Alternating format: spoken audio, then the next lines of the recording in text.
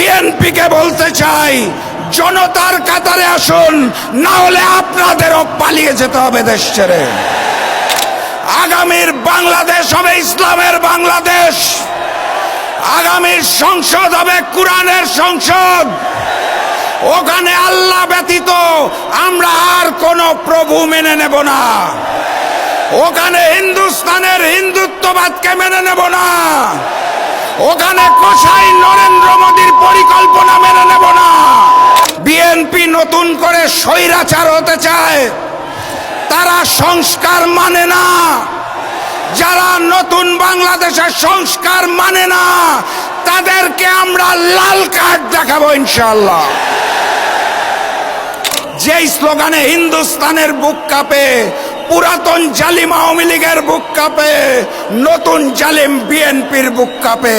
Slogan ধরুন, নারায়ে তাকবীর, নারায়ে তাকবীর, নারায়ে তাকবীর। ওই নতুন করে জেগে ওঠা সন্ত্রাসী সংগঠন বিএনপি খুনে ডাবল সেঞ্চুরি পার করে ফেলেছে। এই আইন শৃঙ্খলা বাহিনী দিয়ে লেভেল প্লেইং ফিল্ড হবে, জাতীয় নির্বাচন সুষ্ঠু হবে, সেটা বাংলাদেশের কোনো পাগলও বিশ্বাস করে না। বাংলার জনগণ জানিয়ে দিয়েছে, বাংলার মাটিতে হিন্দুস্তানের আধিপত্যবাদ এবং আগ্রাসন চলবে না ইনশাআল্লাহ। বাংলাদেশের জনগণ আর নতুন করে স্বৈরাচার চাঁদাবাজকে মেনে নেবে না ইনশাআল্লাহ। গণভোটে হ্যাঁ বলো, 8 দলের প্রতীকে সিল মারো। রূপসা, ভৈরব ও ময়ূর নদীর তীরে জুড়ে অবস্থিত শিল্পনগরী খুলনার বাবরি চত্বরে 8 দল আয়োজিত আজকের এই বিভাগীয় সমাবেশের সম্মানিত সভাপতি, সম্মানিত প্রধান অতিথি, মঞ্চে উপবিষ্ট 8 দলের জাতীয় এবং বিভাগীয় নেতৃবৃন্দ, আমার সামনে উপস্থিত মিডিয়ার ভাইয়েরা, আমার সামনে উপস্থিত ইসলামী এবং দেশপ্রেমী জনতা, সবাইকে জানাই আমার দল জাতীয় গণতান্ত্রিক পার্টি জাগপার পক্ষ থেকে সংগ্রামী সালাম এবং শুভেচ্ছা। আসসালামু আলাইকুম। আজকে যখন এইখানে জনসভা চলছে, আমি শুনছিলাম বিগত 2-4 দিন ধরে কোন দলের কোন নেতা জানি বলছিলেন এই জনসভায় মানুষজনকে আসতে দেওয়া হবে না। তাদেরকে বলতে চাই, বাবরি চত্বরে এসে দেখে যান, বাবরি চত্বরে আজকে ইসলামী জনগণ, দেশপ্রেমিক জনগণ একত্রিত হয়েছে। নতুন করে আর কোনো ফ্যাসিবাদকে জন্ম নিতে দেওয়া হবে না।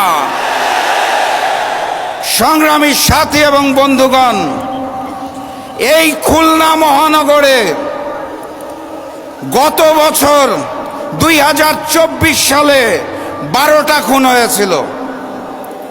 2025 সালে 11 মাসে ফ্যাসিস্ট হাসিনা মুক্ত বাংলাদেশে তার 3 গুণ 34টা খুন হয়েছে।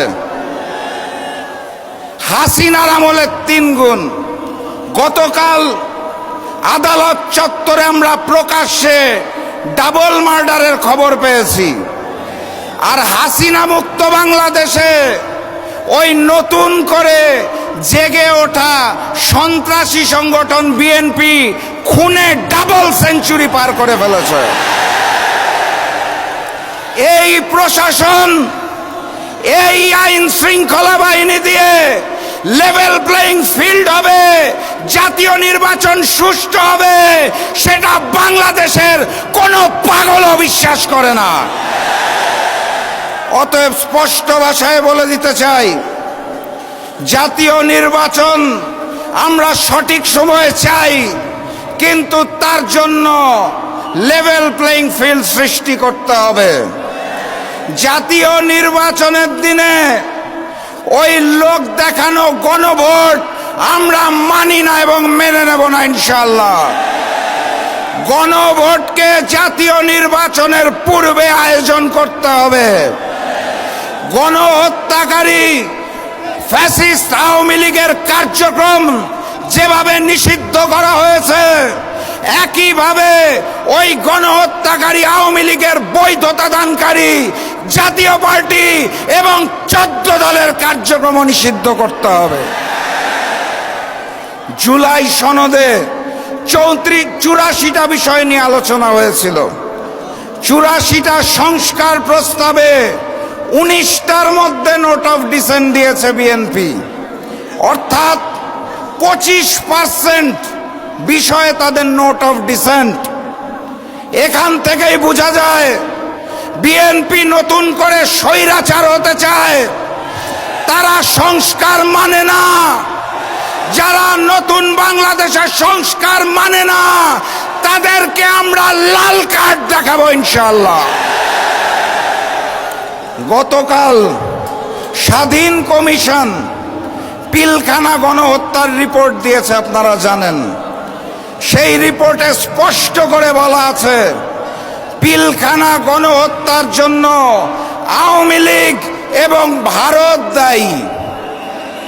আমার রিপোর্টটা দেখে ভালো লেগেছে, কারণ পিলখানা গণহত্যার পর সর্বপ্রথম আমার মরহুম পিতা শফিউল আলম প্রধান বলেছিলেন এটা বিডিআর বিদ্রোহ নয়, এটা পরিকল্পিত ঘটনা এবং এর পিছনে ভারত রয়েছে, শেখ হাসিনা রয়েছে।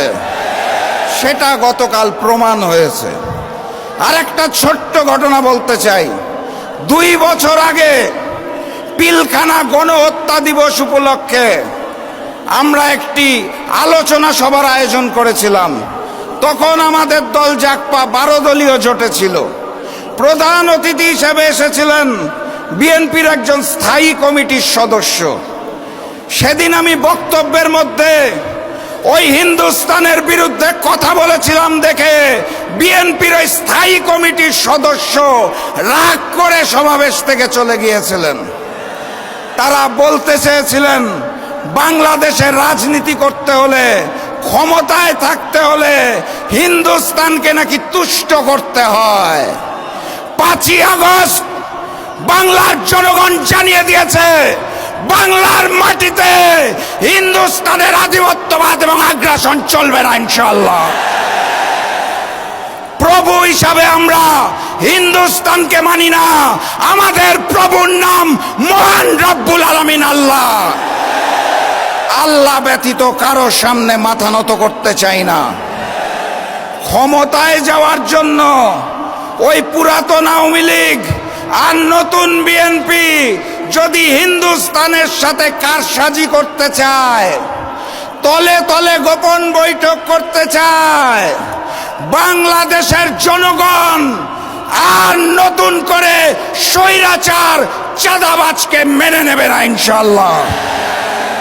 আমার প্রাণপ্রিয় উপস্থিতি, ওরা প্রভু মানে হিন্দুস্তানকে, আমরা প্রভু মানি আল্লাহকে। বিজয় কার হবে? আমার সামনে উপস্থিত তৌহিদি জনতা, স্পষ্ট ভাষায় জানিয়ে দিতে চাই, গণভোটে হ্যাঁ বলো, 8 দলের প্রতীকে সিল মারো। গণভোটে হ্যাঁ বলো, 8 দলের প্রতীকে সিল মারো। আগামীর বাংলাদেশ হবে ইসলামের বাংলাদেশ। আগামীর সংসদ হবে কোরআনের সংসদ। ওখানে আল্লাহ ব্যতীত আমরা আর কোন প্রভু মেনে নেব না। ওখানে হিন্দুস্তানের হিন্দুত্ববাদকে মেনে নেব না। ওখানে কোষাই নরেন্দ্র মোদীর পরিকল্পনা মেনে নেব না। আওয়ামী লীগ যেভাবে দেশ ছেড়ে হিন্দুস্তান পালিয়েছে, বিএনপিকে বলতে চাই জনতার কাতারে আসুন, না হলে আপনাদেরও পালিয়ে যেতে হবে দেশ ছেড়ে। আমি সর্বশেষ ওই স্লোগানটা দিয়েই শেষ করব, যেই স্লোগানে হিন্দুস্তানের বুক কাঁপে, পুরাতন জালিম আওয়ামী লীগের বুক কাঁপে, নতুন জালিম বিএনপির বুক কাঁপে। স্লোগান ধরুন, নারায়ে তাকবীর, নারায়ে তাকবীর, নারায়ে তাকবীর। আবারও দেখা হবে, আবারও কথা হবে ইনশাআল্লাহ। এই স্লোগান দিয়ে বিজয়ীর বেশে আমরা ঘরে ফিরব, তার আগে মাঠ ছাড়বেন না। বিজয়ের পথে যাত্রা শুরু, জীবন অথবা মৃত্যু। আসসালামু আলাইকুম।